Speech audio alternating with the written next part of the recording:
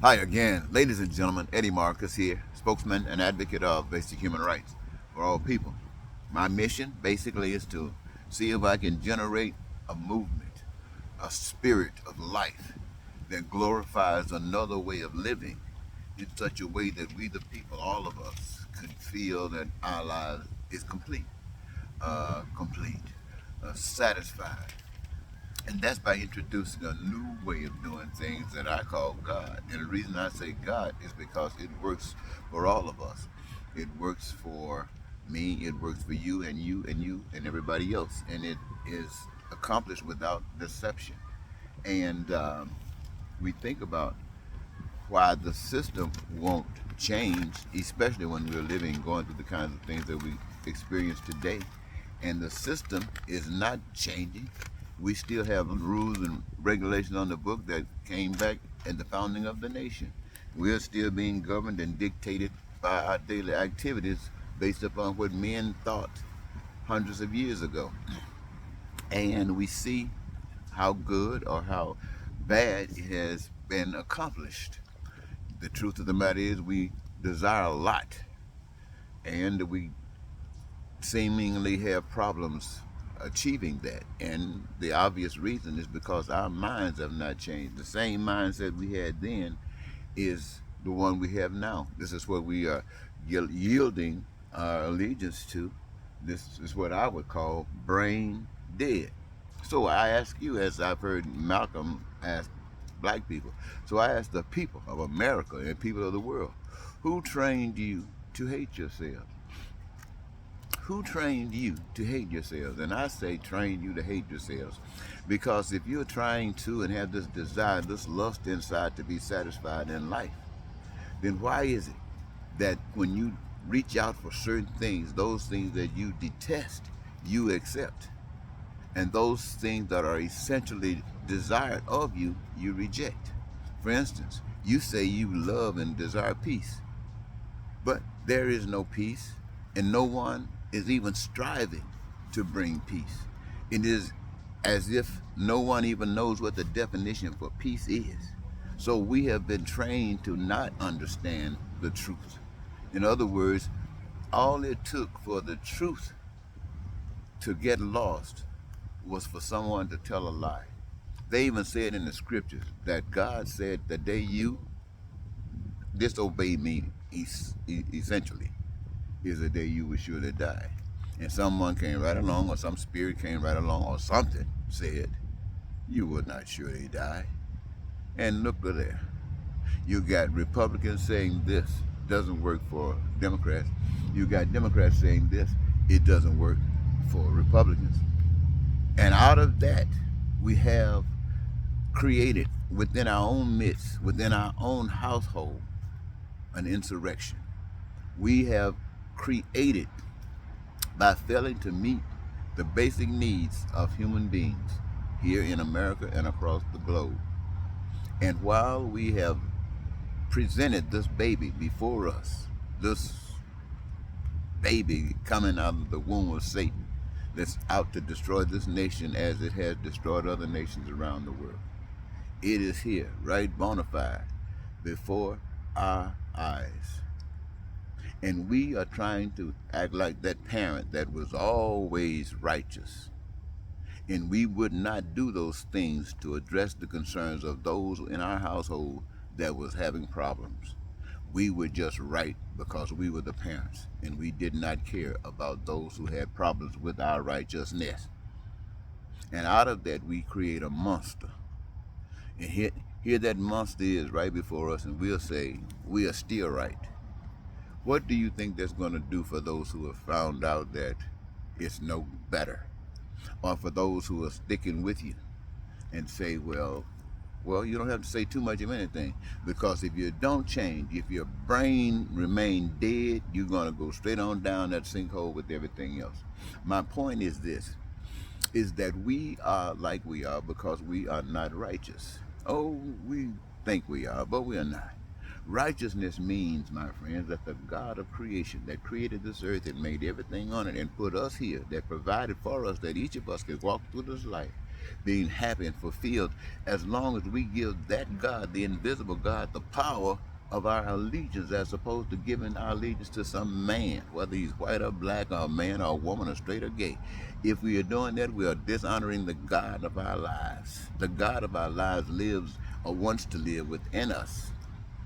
Big story, just wants to live within us. What? To bring peace, to show us how to have peace, to show us how to be prosperous, want to live within us, to show us how to be joyous and happy, want to live within us to show how our dreams can be met, never having to suffer for anything. Food, clothing, shelter, transport, anything. It's all there for us in the making, because that God shows us that we, each of us who benefit from that, owe it to society to engage ourselves in the process of creating all of that wonderfulness that we all enjoy. We owe that to one another. Why? That's the way God designed us. And that way, we live that life. But the lie comes along and says, let's do it a different kind of way. And you have nothing but chaos. And none of the discussions in the midst is about God's way. It's trying to act as if God is dead. I wrote a note here. Oh, yeah. It reminded me, well, I think I might have said something about that fake news when I was talking about at the beginning in the garden, you will surely die, and no, you will not surely die. And then that fake news is stretched here in America when you got what you basically, there's nothing that's perfect there in America or anywhere else. So the news got its points too to make. It has its fallibilities just like everything else. And so even though it does, it's something that we've adjusted to. And someone else comes along and tell us how fake that news is, and do all kinds of things about that news and get our attention by lying to us or just giving us a different perspective, and we start focusing on that while all we're getting from this new voice are lies.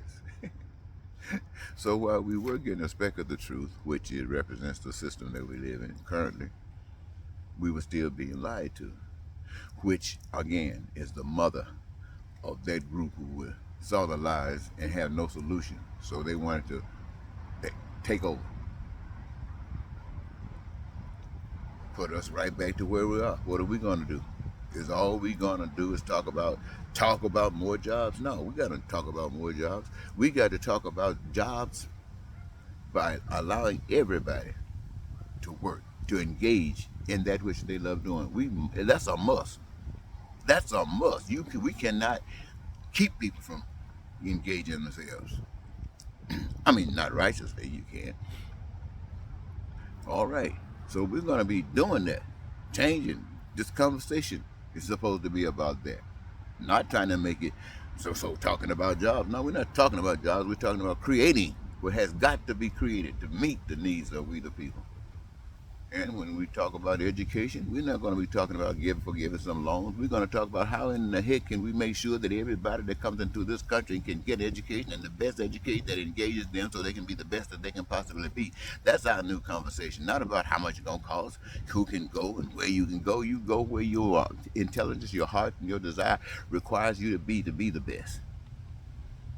No. I'm talking about health care. You can get this, you can get that. No. Healthcare is for, what it's for. And it's for anybody that needs it. And it should be the best that it can possibly be. And it will be if those who are allowed, who come here with that desire, are free to be. And we'll have that stuff mastered. This is what I'm talking about, a new nation. I'm not talking about this old crazy stuff I'm out there talking about. I got more money than you. Look at my house. Look how many cars I got. I even got a gym in my house. You think... Let me take a pause. And in conclusion, ladies and gentlemen, when we think about and accept the fact that all it took was to discard the truth, was to hear a lie, and for some strange reason, the lie grew. Truth hasn't changed. It's waiting for us to come back, to return. It reminds me of a way of life that allows everyone to just do their thing. And yet their thing is governed by their brand. Their thing is governed by what they have been trained and allowed to become. And as an individual, it's the same as a group that's out of control. The individual out of control. The system can be nothing else but out of control. And yet, when we try to look at it every day in a way that is beyond just the individual, just beyond us, but at the same time us represented, we look at our society and we see the struggles that people go through. We see the pain and suffering. We see the good times, but the good times are overcome by the pain and suffering, especially if any of us are victims of that style of life. We are rejected, but be that as it may, it exists. It has always existed. And somebody said it will always exist. But I want to differ. I think that the ability, the capacity to make a change rests in we the people lacking the information. And having a vision that has justified my seeing this new way of life. I come before you and I take a chance and say to you what I have seen in hopes that it might touch some of us and we might be able to make that difference. See, when we look at all this pain and suffering and we overcome that, it's like a breath of fresh air. I saw a man once who carried himself just like that, doing exactly what he wanted to do, and it was free, and it was number one for him. And really, other people respected it and said, well, be it as it may, that's him, that's fine. And others would say, well, why? But it was fine with the man because he made his own decision. But that man one day changed his mind and decided that he wanted to go back to maybe an old way that he was familiar with. It wasn't a challenging the system, but at the same time, it gave him the freedom to be who and what he was. And he accepted that, and he went back and came back out in the public, and people saw it. They didn't know what this was. They would say they were shocked, they were bewildered, and the first thing they can say is, exhale, a breath of fresh air. That's what we need in society, a breath of fresh air. We need to know that our neighbors are satisfied. So we don't have anything to worry about our neighbors because they know that we're satisfied. And so we can be friendly toward one another, not just down the street, but across the nation. Not only just that, across the waters. We can be the same thing because we have learned the secret of life. Ladies and gentlemen, all I want to do is introduce to you a will to want to know the key that opens the door to life. I want to thank you so very much for giving me this your time. Once again, this is Eddie Marker, spokesman and advocate of you, basic human rights. Goodbye.